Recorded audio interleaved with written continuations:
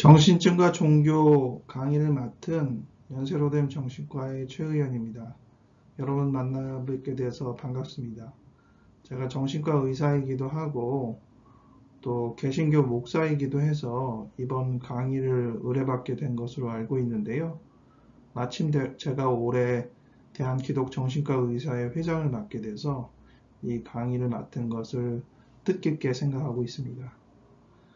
평소에 제가 강의를 실제적으로 하게 되면 청중의 반응을 보고 그에 맞춰서 약간 까불기도 할 수 있는데 오늘은 녹화되는 강의라서 어떻게 하게 될지 약간 걱정도 되고 궁금하기도 한데요.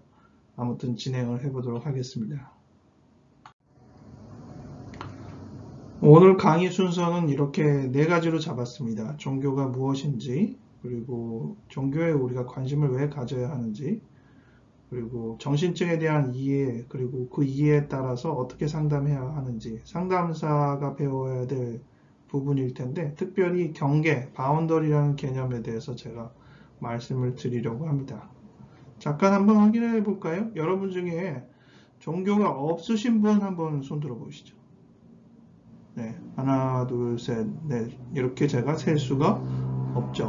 네, 녹화되는 강의니까. 하지만 여러분들이 종교가 없다고 해서 이 강의가 상대적으로 더 의미가 없는 강의가 아니라 제가 보기엔 종교가 없는 분일수록 더 중요한 강의가 오늘 강의라고 생각을 합니다.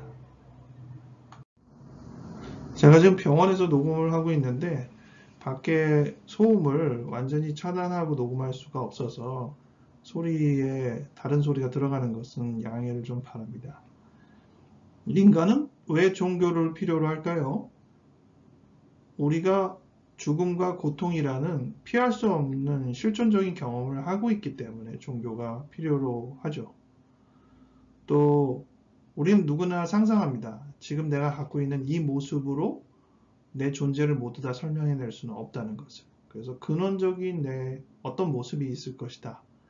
또 이것을 넘어서는 초월적인 어떤 모습이 있을 것이다. 이렇게 생각하기 때문에 종교를 필요로 하기도 합니다. 또한 우리 일상에서 경험되는 무수한 이해하기 어려운 그런 점들을 설명을 하기 위해서 종교를 필요로 하기도 합니다. 그럼 종교는 무엇이냐? 거기에 대해서 전문적인 정의를 내리려는 것은 아니고 오늘 강의를 위해서 실용적으로 한번 생각을 해봅시다. 저는 두 가지 부분이 중요하다고 생각했어요. 첫 번째는 삶을 풍성하게 하는 것. 두 번째는 사실. 이 두 가지가 종교의 중요한 요소라고 생각합니다. 삶을 풍성하지 않게 하는 것은 종교가 아니다. 저는 그렇게 생각합니다. 다른 분들은 그것도 종교다라고 말하면 제가 할 말은 없는데 사탄을 숭배한다든지 또 헤르만 헤세에서 아프락사스라는 신이 있는데 신이 어떻게 선한 요소만 커버하면 그거는 불완전한 신이 아니냐, 악까지 함께 있어야지 이렇게 말하는데 말은 그럴싸하지만 악이 이 세상에 이렇게 흔하고 괴롭게 만드는데 그것까지 꼭 신이 가지고 있어야 하겠어요. 그래서 실용적으로는 선을 잘 안내해 주는 것이 진정한 신의 요소라고 일단 여기서 저는 정의를 내릴 거고요. 둘째가 더 중요한 정의의 요소인데 그 부분이 사실이라고 믿는 것입니다. 사실 삶을 풍성하게 하는 것은 굉장히 많아요. 그리스 로마 신학 그런 부분도 굉장히 사실적이고 또 슈퍼맨이나 해리포터와 같은 작품도 읽으면 아주 감동이 있어요. 그래서 그것으로 삶의 영향을 많이 받고 또 자기 인생의 롤 모델이 되기도 하고 그러거든요. 근데 그것이 사실이 아니고 만들어진 작품이라는 걸 우리가 알잖아요. 그러면 종교가 아니에요. 종교는 그 이야기가 사실이라고 믿는 것이에요. 물론 다 그렇게 믿지는 않죠. 그 종교를 믿는 사람만 사실이라고 믿는 것이죠. 예를 들어서 기독교에서 예수가 처녀인 마리아에게서 났다 이렇게 얘기를 하는데 기독교인들은 다 그게 사실이라고 믿거든요. 하지만 기독교인이 아닌 사람에서 그 이야기를 들을 때는 무슨 그런 말이 다 있나 이렇게 반응하는 것이 일반적인 반응입니다. 또 종교에서 말하는 어떤 기적의 사실들도 그 종교 안에 있는 사람은 그걸 다 사실이라고 믿는 반면 그 종교 밖에 있는 사람은 에이 그럴 일이 뭐가 있어 이러면서 안 믿잖아요. 그래서 그 종교인이 되냐 안 되느냐에서 가장 중요한 기준은 그것을 사실로 믿느냐 안 믿느냐가 굉장히 중요한 기준이 돼요. 그런데 그런 종교의 이야기들, 그것이 사실이라고 인정하는 그런 과정이 하루아침에 이루어지느냐? 그렇지 않아요. 굉장히 오랜 시간 동안 전통이 다듬어지면서 완성이 되는 것입니다. 그리고 그 완성되는 과정 중에는 아주 중요한 인물이 있어요. 그 인물이 신은 아닌데 그 인물이 신을 잘 설명해내는 것이죠. 예를 들어 불교에서는 부처와 같은 사람이 있고 또 기독교에서도 보면 예수나 바울과 같은 사람들이 있습니다. 이들이 신에 대해서 너무 잘 대변해 줬기 때문에 아주 결정적으로 그 종교를 분명하게 다듬어가는 중요한 시점이 되는 것입니다. 그런데 이단이 있어요. 일반적으로 이 이단은 뭐 여러 가지로 정리할 수 있지만 제 입장에서 제 정의로 보자면 이렇게 유능한 대언자의 역할에서 마무리되어야 할 사람들이 자기를 이제 신적인 위치까지 끌어올려서 자기가 신격화될 때 이단이 된다. 우리가 저게 이단이냐 아니냐를 구분할 때도 이런 기준이 어느 정도 통용될 수 있다고 생각합니다. 신앙에는 장점과 단점이 있죠. 이 점에 대해서는 제가 뭐 자세하게 설명을 드리려고 하지는 않겠습니다. 여러분들이 보기만 해도 무슨 말인지 알 거예요. 장점은 이러한 것들이 있고 단점은 이러한 것들이 있고 단점에서 제일 문제는 이 비현실적인 논리를 허용한다는 것이겠어요. 종교가 아까 얘기한 대로 사실로 믿음으로 그 종교에 들어가거든요. 근데 그 사실은 누구나 다 믿는 사실이 아니란 말이에요. 그래서 허용되지 않는 논리가 형성이 돼요. 사실이 아닌 것을 사실로 믿을 수 있는 그런 생각. 그래서 본인의 경험에서 사실이 아닌데도 불구하고 사실이라고 믿게 될 수 있는 그런 가능성이 자꾸 열어집니다. 그래서 가짜뉴스 같은 것도 사실이 아닌데도 그렇다라고 믿게 되고 이런 부분들이 생겨요. 그런 면에서 종교와 정신증 이 부분이 좀 비슷한 구석이 있죠. 둘 다 이 비현실을 사실로 인정하는 영역이 있거든요.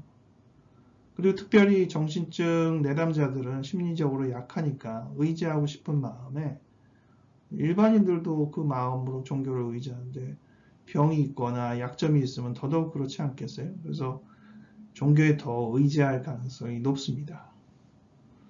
재밌는 것은 정신증 상태에서 뇌를 살펴보면 도파민 신경 전달 물질이 과다, 그래서 그것이 문제라고 보고 그것을 낮추는 약제를 쓰는데 이런 도파민 신경 전달 물질의 과다함이 보이는 두 가지 현상이 있어요. 첫 번째는 마약, 환각제를 투여하면 뇌가 그렇게 됩니다.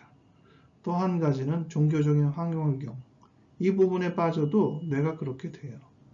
이 세 가지가 다 같은 거냐? 아니죠. 다 달라요.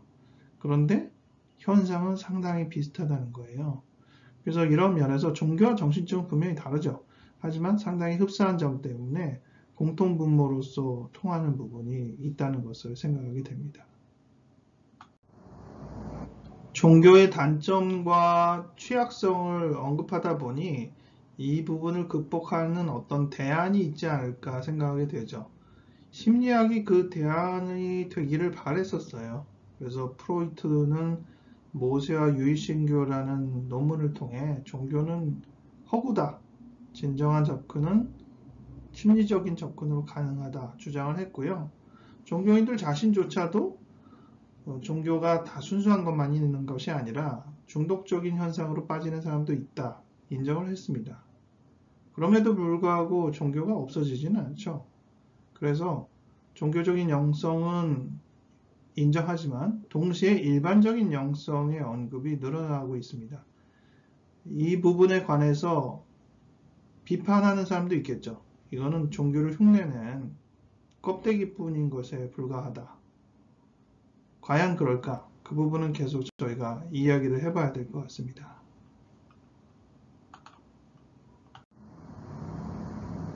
영성이라는 단어에 주목하게 되는데 국제보건기구 헌장에는 건강에 대해서 이렇게 정의가 되어 있는데 여기 보면 피지컬, 육체적, 멘탈, 정신적, 소셜, 사회적, 웰빙, 그 안녕 상태, 이것이 건강이라고 정의가 되어 있는데 여기 영적이라는 요인이 없어요.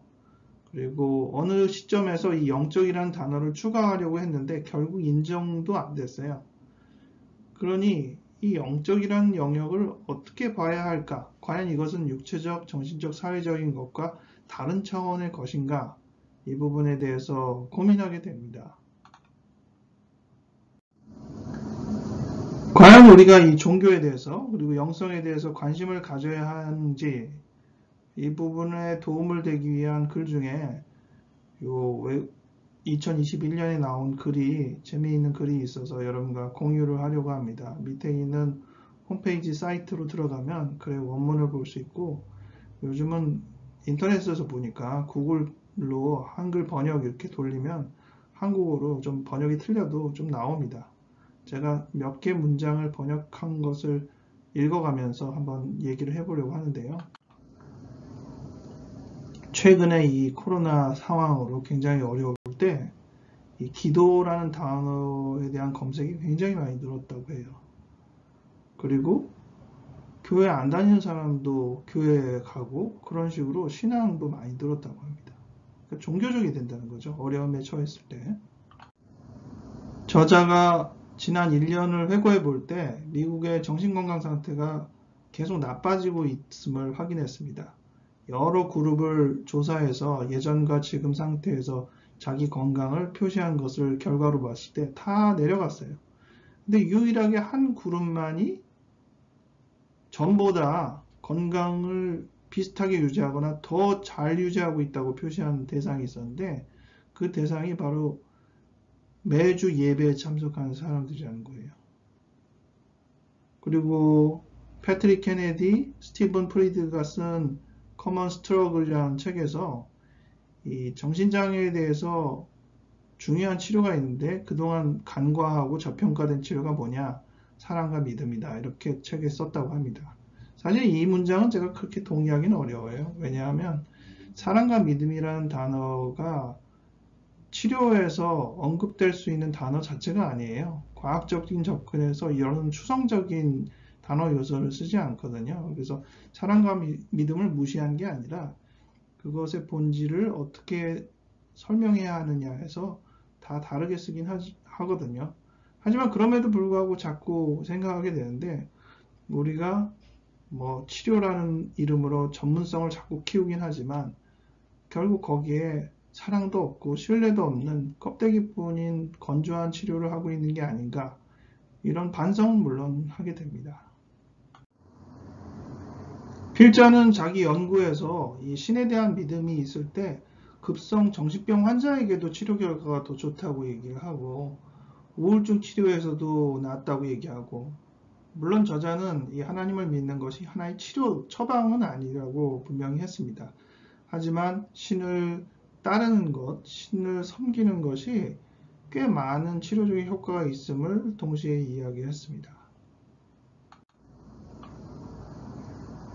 그런데 여기서 이제 좀 재밌는 내용들인데요. 이러한 영적인 돌봄이 종교적인 사람만을 위한 것이 아니라는 거예요. 이 스피릿이라고 지금 써 있는 것은 보통 이 단어가 영적이라는 단어도 되지만 여기서 지금 SPI, RIT라는 것은 하나의 치료 프로그램입니다. 영적인 개념을 담고 있는 심리 상담 프로그램을 이름을 저렇게 붙인 건데 그 프로그램에 참여한 사람 중에 상당 부분, 대상군의 한 39% 정도가 종교가 없는 사람이었어요.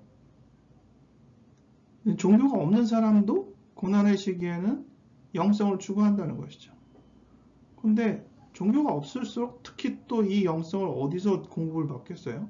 이렇게 막연하니까 그들의 영적 필요를 채우기 위해서 이런 프로그램에 오히려 더 참여할 가능성이 높다는 것이에요. 그리고 요즘은 그 종교에 참여하는 사람들이 점점 줄잖아요. 그렇다고 해서 종교를 거부하는 것이지 그들이 영성을 거부하는 것은 아니거든요. 그래서 오히려 영적 돌봄의 필요성은 점점 늘어날 수 있다는 것을 이야기하고 있습니다. 더 재미있는 것이 있는데 이 프로그램, 영성 프로그램 및 상담 프로그램을 종교가 없는 치료자가 진행할 때 내담자들에게 반응이 더 좋다는 거예요.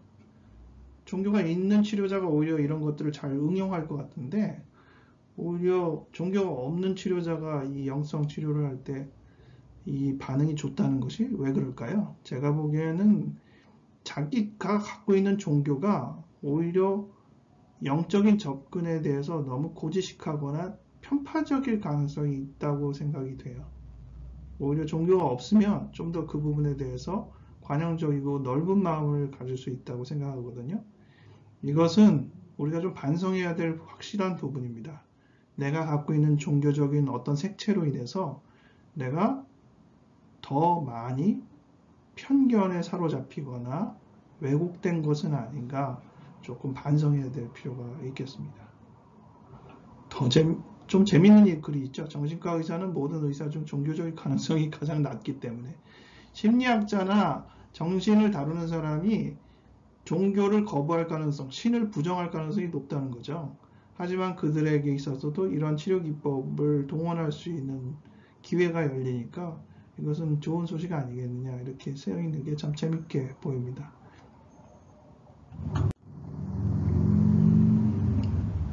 의료 현장에서 종교를 어떻게 이해하는가? 두 가지 부분은 좀 유념해야 돼요. 우리가 이 사람의 삶의 문화적인 배경으로 종교를 무시할 수 없다는 것이죠. 그리고 종교를 이해하는 과정은 반드시 필요한 부분인데 왜냐? 그것이 진단의 한 과정이기 때문이라고 정신과 책에 써 있어요. 그냥 하면 되고 말면 되고가 아니라 어느 한 사람을 진단하기 위해서라면 그 사람의 종교를 같이 이해하는 게 당연히 필요한 것이라 이렇게 써 있어요. 이제 정신증에 대해서 좀 먼저 얘기를 해봅시다. 차차 정신증, 종교 이런 부분들을 이제 연결하는 게 우리의 작업이잖아요. 정신증, 사이코시스 이 말의 정의는 좁은 의미의 정의가 있고 넓은 의미의 정의가 있어요. 좁은 의미의 정의는 망상 혹은 환각 혹은 둘 다 있을 때 이 사람이 정신증이 있다 이렇게 얘기를 하는 겁니다. 망상이나 환각 둘 중에 하나는 반드시 있어야지 정신증이라고 할 수 있는 거예요. 근데 넓은 의미에서 보면 확실한 망상이 있거나 확실한 환각이 없는데도 불구하고 그 정신증이라고 말할 수 있는 대상이 있어요. 현실 검증력이 유지되지 않는 경우에 정신증이라고 넓게 보면 말할 수 있습니다. 막상 망상이나 환각이 없어도 흔히 얘기하는 대로 저 사람 좀 맛이 갔네 이렇게 말하잖아요. 현실 감각이 떨어졌네 이렇게 말하는 거거든요. 그런 부분까지 다 포함해서 정신증이라고 할 수도 있어요. 그래서 그걸 제가 그림으로 제가 망상 환각은 눈에 하나씩 그렸고 콧등에다가 현실성 결여라고 적었는데 이러한 부분을 가진 사람을 정신증 내담자, 정신증 환자라고 부르는 것입니다. 이것을 좀 다른 식으로 그리면 이렇게 그려져요. 넓은 의미가 더 큰 파란 원이고 좁은 의미가 그 안에 있는 빨간 원입니다. 정상은 이 밖에 있는 거죠. 파란 원 밖에 있는 거예요. 그래서 처음에는 파란 원 안으로 들어왔다가 점차 빨간 원까지 진행되는 게 병의 진행이라고 볼 수 있습니다. 정신증 내지 조현병 이러한 병의 초기 증상으로 이 현실 검증력 이상 현상이 많이 일어나요. 이 현상에서 대표적으로 보이는 게 이 세 가지 망상적 기분, 관계사고, 감각 왜곡입니다. 여러분들이 어떤 대상이 점차 정신증에 빠지고 있는지 아닌지를 확인하기 위해서라면 이 세 가지를 검토해 보는 게 필요해요. 망상적 기분을 강의할 때 가장 쉽게 이해할 수 있는 표현이 있어요. 여러분들이 밤에 혼자서 공동묘지 지나간다고 생각해 보세요. 무섭겠죠? 어디서 이상한 소리만 들리면 뭐야 이거 무서운데 이렇게 생각하지 않겠어요? 근데 밤도 아니고 공동묘지도 아니고 그냥 대낮에 멀쩡한데 어디서 소리 날 때마다 헉! 하고 놀라고, 그러니까 자기 혼자만 밤중에 공동묘지에 있는 것 마냥 생각하는 그런 마음 자세, 그렇게 살아가고 있다고 치면 그게 망상적 기분이에요.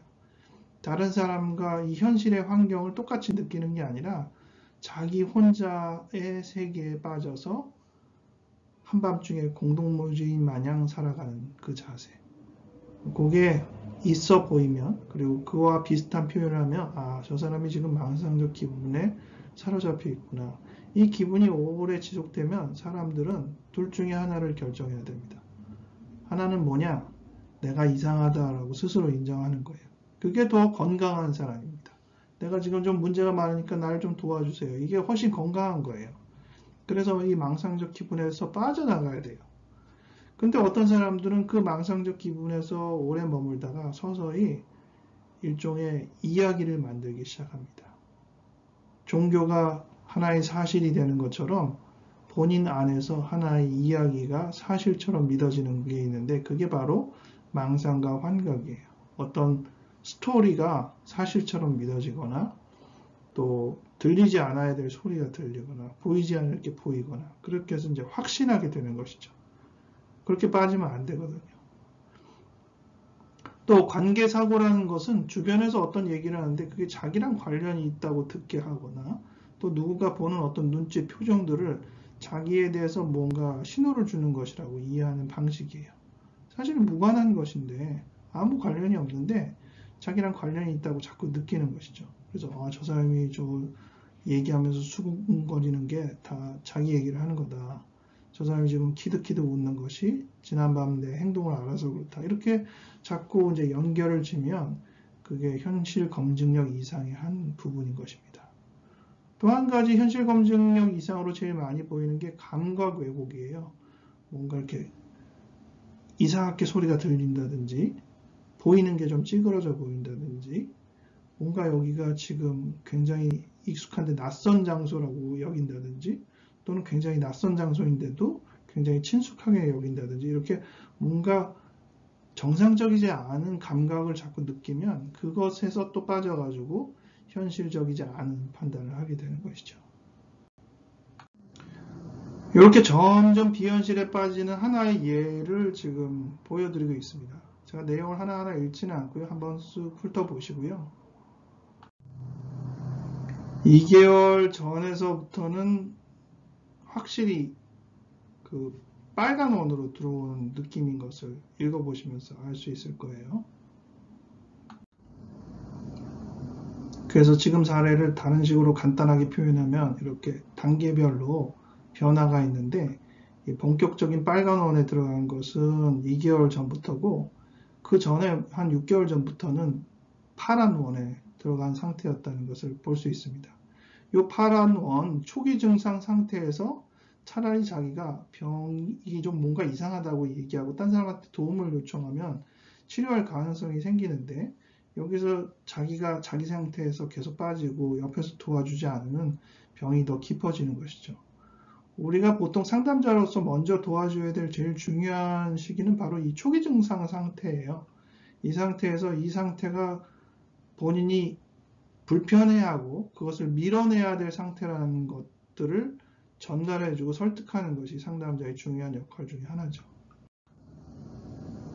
그래서 제가 이 내용들을 설명하기 위해 경계의 개념을 여러분들이 좀 익혀주기를 바라요. 바운더리, 경계라는 표현. 경계라는 표현이 다른 식으로도 쓸 수 있기 때문에 오늘 주로 쓰는 표현에서의 경계라는 의미는 무엇인지를 좀 잘 정리해 주면 좋겠어요. 보통 사람들이 타인을 경계하다, 경계심을 갖다, 이런 표현을 하는 때가 이 경계라는 단어와 일치하는 개념입니다. 유난히 다른 사람들한테 신경 많이 쓰는 사람이 있어요.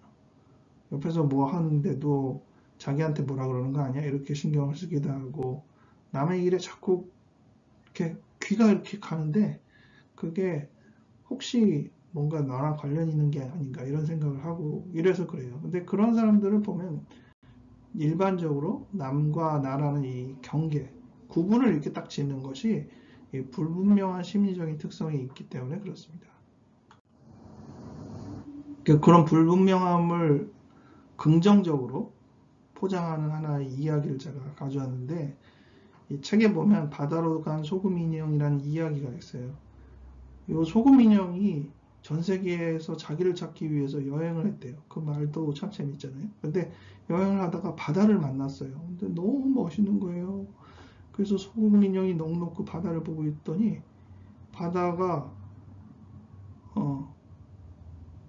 말을 거는 거죠. 그래서 소금 인형이 바다에게 그랬어요. 당신이 누구세요? 그랬더니 바다가 빙그레 웃으면서 내가 누구인지 알고 싶으면 직접 들어와서 한번 경험해 보려면 나 이렇게 얘기를 하는 거예요. 그래서 소금 인형이 바다에 들어갔죠. 어떻게 됐겠어요? 서서히 그 소금 인형은 바닷물에 함유되어서 녹기 시작했겠죠. 하나하나 녹고 완전히 알갱이가 다 녹는 순간에 소금 인형은 경이감 속에서 외쳤대요. 이제 내가 누구인지 알게 되었어. 누구라고 알게 되었을까요? 아, 나는 보잘것없는 소금 인형이 아니라 나는 원래 바다구나. 이렇게 이해했다는 거예요. 우리도 비슷한 심리적인 부분을 늘 주장합니다. 이 보잘것없는 이 모습이 본질인가? 나는 과연 누구인가? 그러다가 커다란 신의 존재를 만나죠. 그런데 그 존재가 나에게 하는 말이 내가 너를 사랑한다. 심지어 너는 나의 일부이다. 이렇게 얘기를 한단 말이죠. 그래서 우리가 감동하는 거잖아요. 근데 오늘 이 관점에서 얘기해보면 이게 경계가 흐려져요. 소금물 안에서 이 소금 인형이 녹아내리는 것처럼 경계가 불분명해진다고요.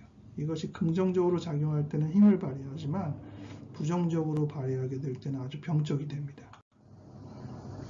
경계가 무너지는 예에서 대표적으로 과민한 상태, 그런 걸 경계 과민성이라고도 하지만 조금 더 심해지면 편집증, 의심증, 좀 더 심해지면 조현병, 예전 표현은 정신분열병이었죠. 이런 표현으로 넘어가는 이런 부분들이 되게 경계의 문제를 보여주고 있습니다. 종교라는 차원으로 같이 생각해 볼 수 있는 게 귀신 들림에 대한 건데, 어떤 다른 존재가 자기를 지배해서 그 존재의 지배를 받는다, 이런 표현을 쓰거든요.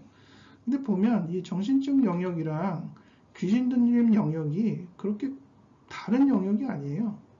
상당히 많이 겹쳐 있는 영역이라는 생각을 하게 됩니다. 그래서 아주 오래전에 제가 쓴 글을 잠깐 인용을 하면서 말씀을 드리려고 하는데, 이 개념이 바로 경계에 대한 개념으로 글을 쓴 거예요. 모든 사람에게는 영적 경계가 있어요. 그리고 그 영적 경계는 신체적인 경계보다는 훨씬 견고해요.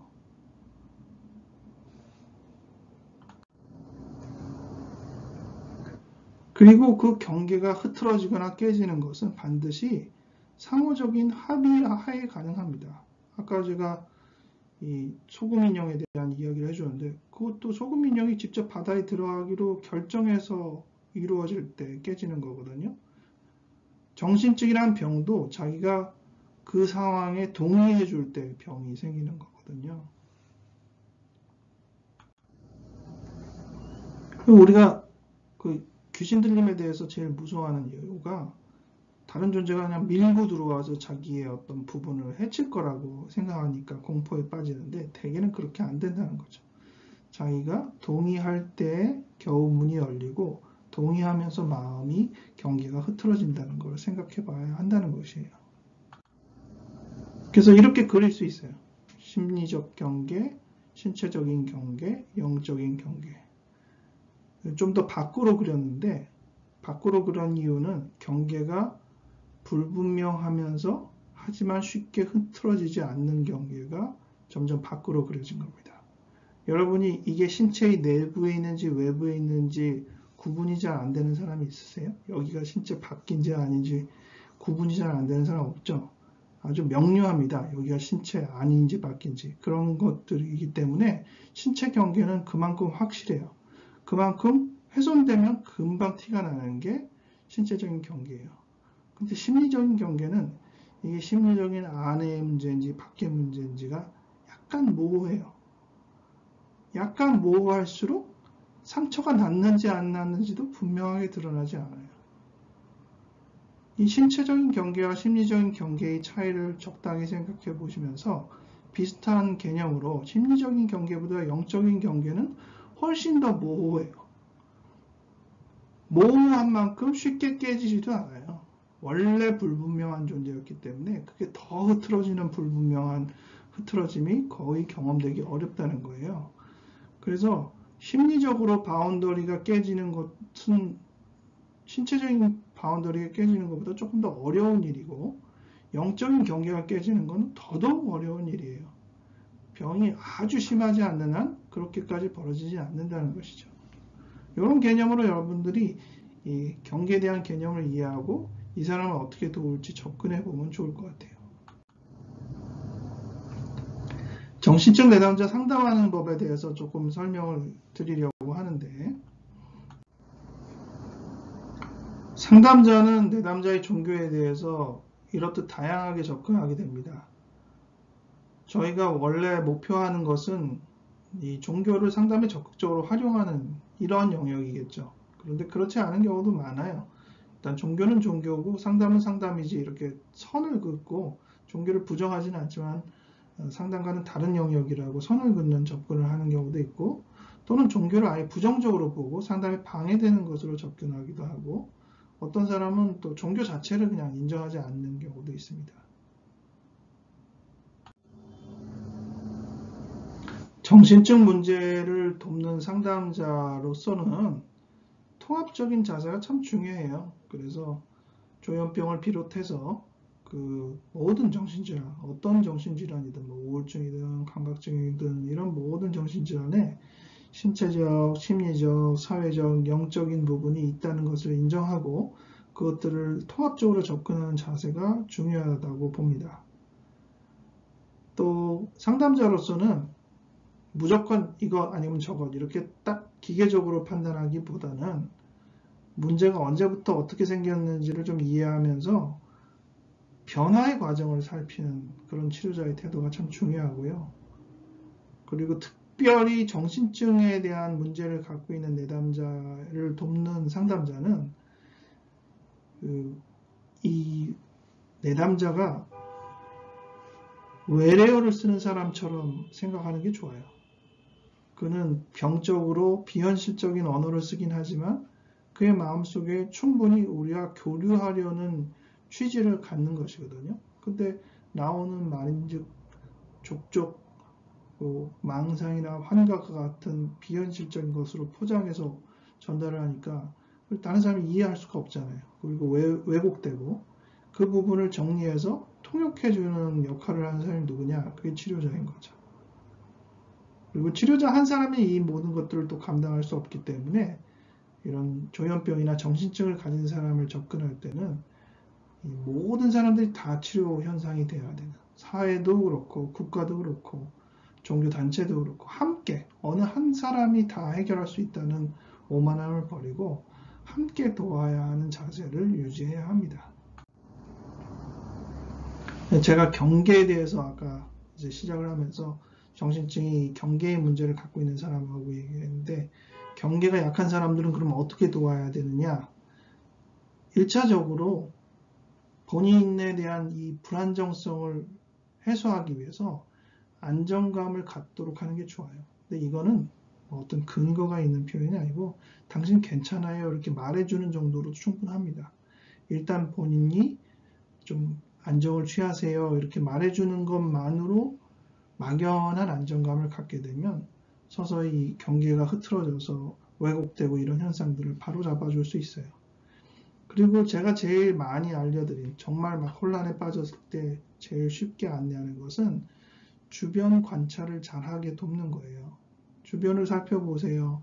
지금 여 앞에 누가 있죠? 저거는 뭐예요? 이렇게 묻는 거죠. 또는 오늘 며칠이죠? 이렇게 묻고, 이렇게 이 사람이 조금 더 현실감을 가질 수 있고 진정한 바깥과 진정한 자기를 살필 수 있도록 여러 기회를 주면 좀 더 현실성이 돌아와요.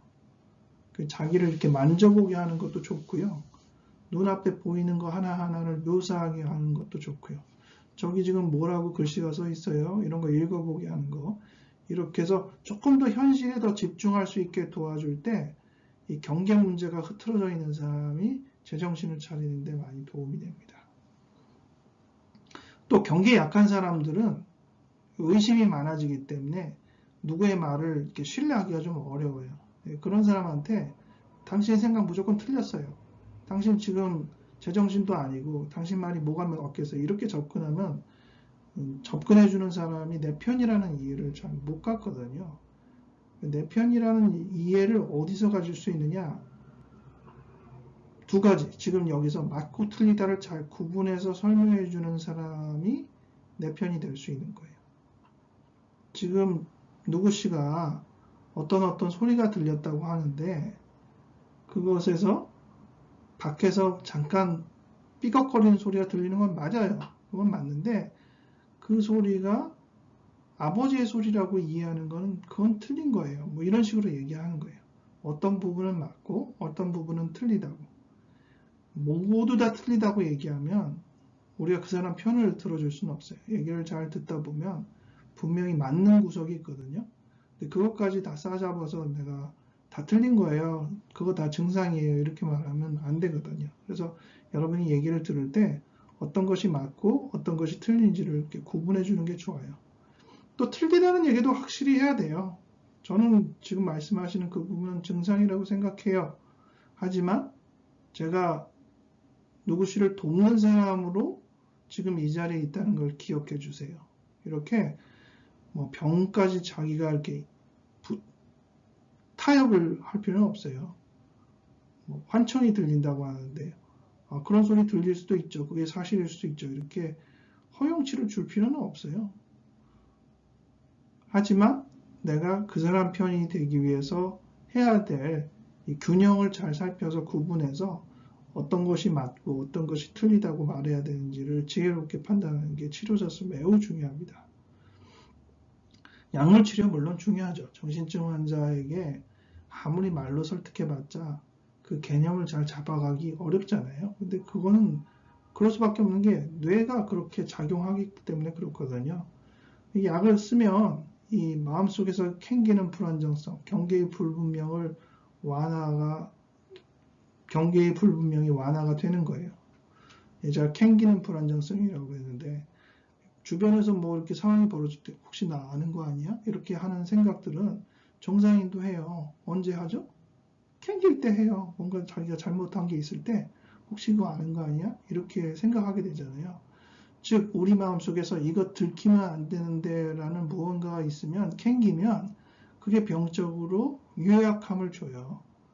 정신증 환자는 그게 더 많은 것이고 이게 비밀로 지켜지지 않는다. 경계가 잘 유지되지 않고 이야기가 새나간다.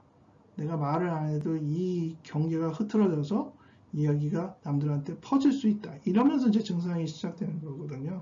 여기서 당신이 말 안 하면 아무도 알 수 없다. 이런 자기 안정감을 잘 확신시켜 줄 때 내담자들은 안심을 하고 조금 더 나를 내 편으로 알고 상담자에게 신뢰롭게 자기의 어려움을 상의할 수 있는 것이 되는 겁니다.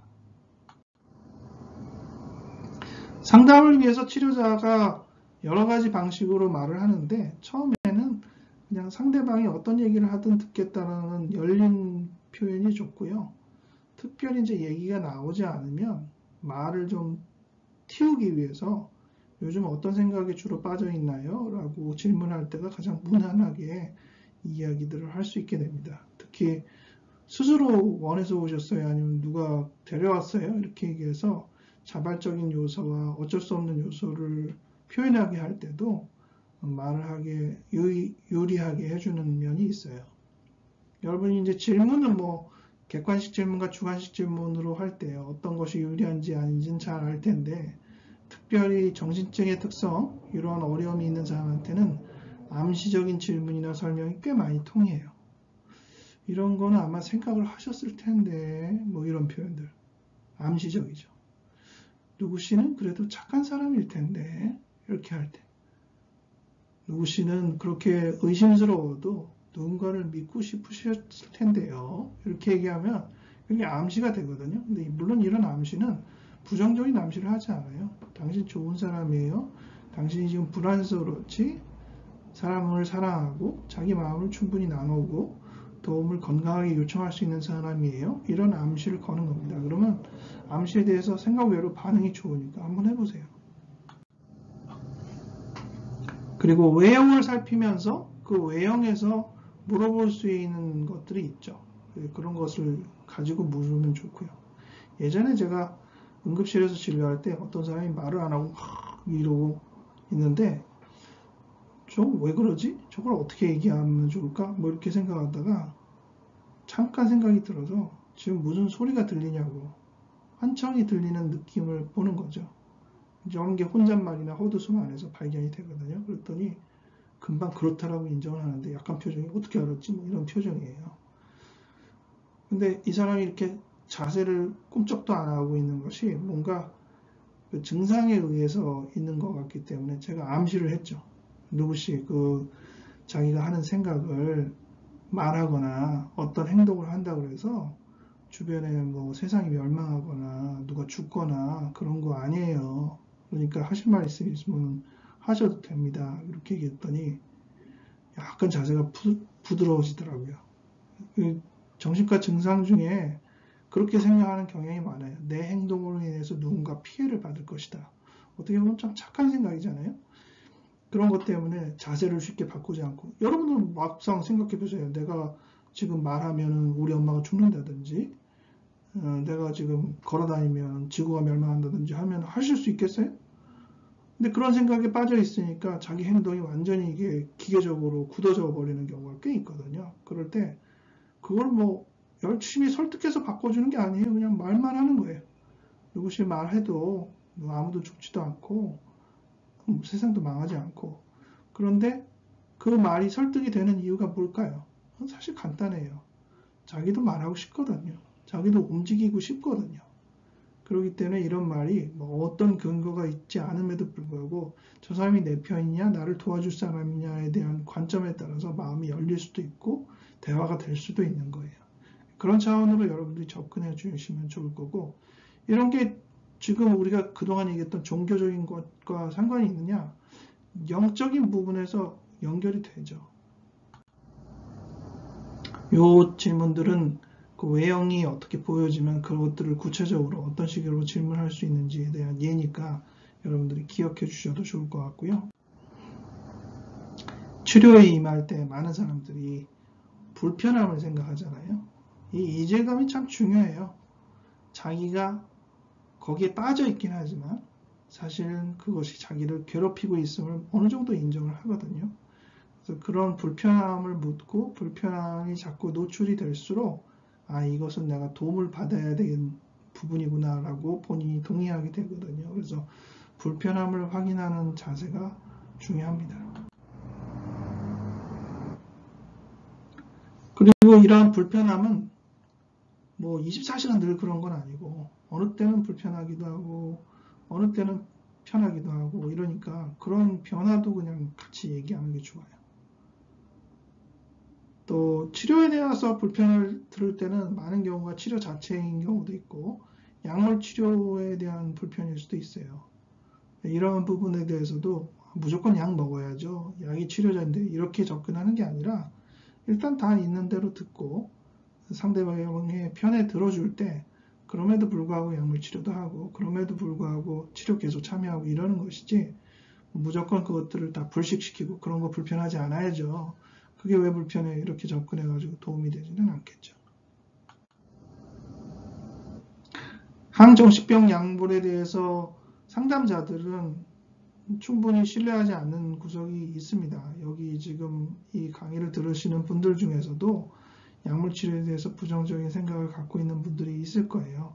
이 부분에 대해서도 좀 더 자세히 배우시고 확실히 배우셔서 물론 치료가 만능은 아니지만 상당 부분 도움이 된다는 것을 인정하게 되고 특별히 이 약물 치료를 통해서 좋은 점만이 아니라 불편한 점들을 경험하기 때문에 그 점들을 감내하는 데 있어서 주변 특히 상담자의 설명이나 설득이 참 중요해요. 그래서 그런 부분들 같이 이해해 주시면 좋겠습니다.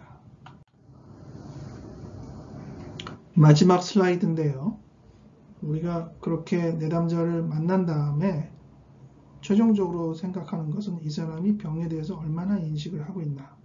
아까 이 경계라는 부분을 했는데 이 경계를 얼마나 보장을 잘 보호하고 있나. 경계가 흐트러져 있지는 않나.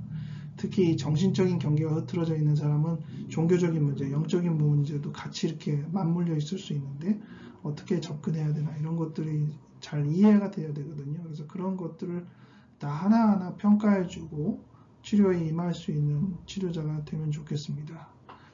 오늘 제가 종교와 정신증에 대해서 이야기를 하게 되었는데요. 시간상 조금 어수선한 감이 많았는데 이해해 주시고 경계라는 차원에서 정신증도 정상적인 경계를 흐트러서 보이는 현상인데 종교 또한 그렇게 어떤 경계를 흐트러서 만들어지는 특성인 거예요. 근데 정신증은 그게 보다 부정적인 입장으로 많이 통용되는 반면 종교는 그것이 좀 더 긍정적인 차원으로 작용하는 면에서 묘한 비교가 돼요. 그래서 이런 점들을 서로 잘 이해하면서 생각한다면 종교에 대해서 무조건 거부적인 것이 아니라 종교를 통해서도 내담자를 더 많이 이해하고 오히려 좋은 기회로 내담자를 붙들어 줄 수 있는 기회가 되는 것임을 명심하면 좋겠습니다. 강의 참여해 주시느라고 정말 감사합니다.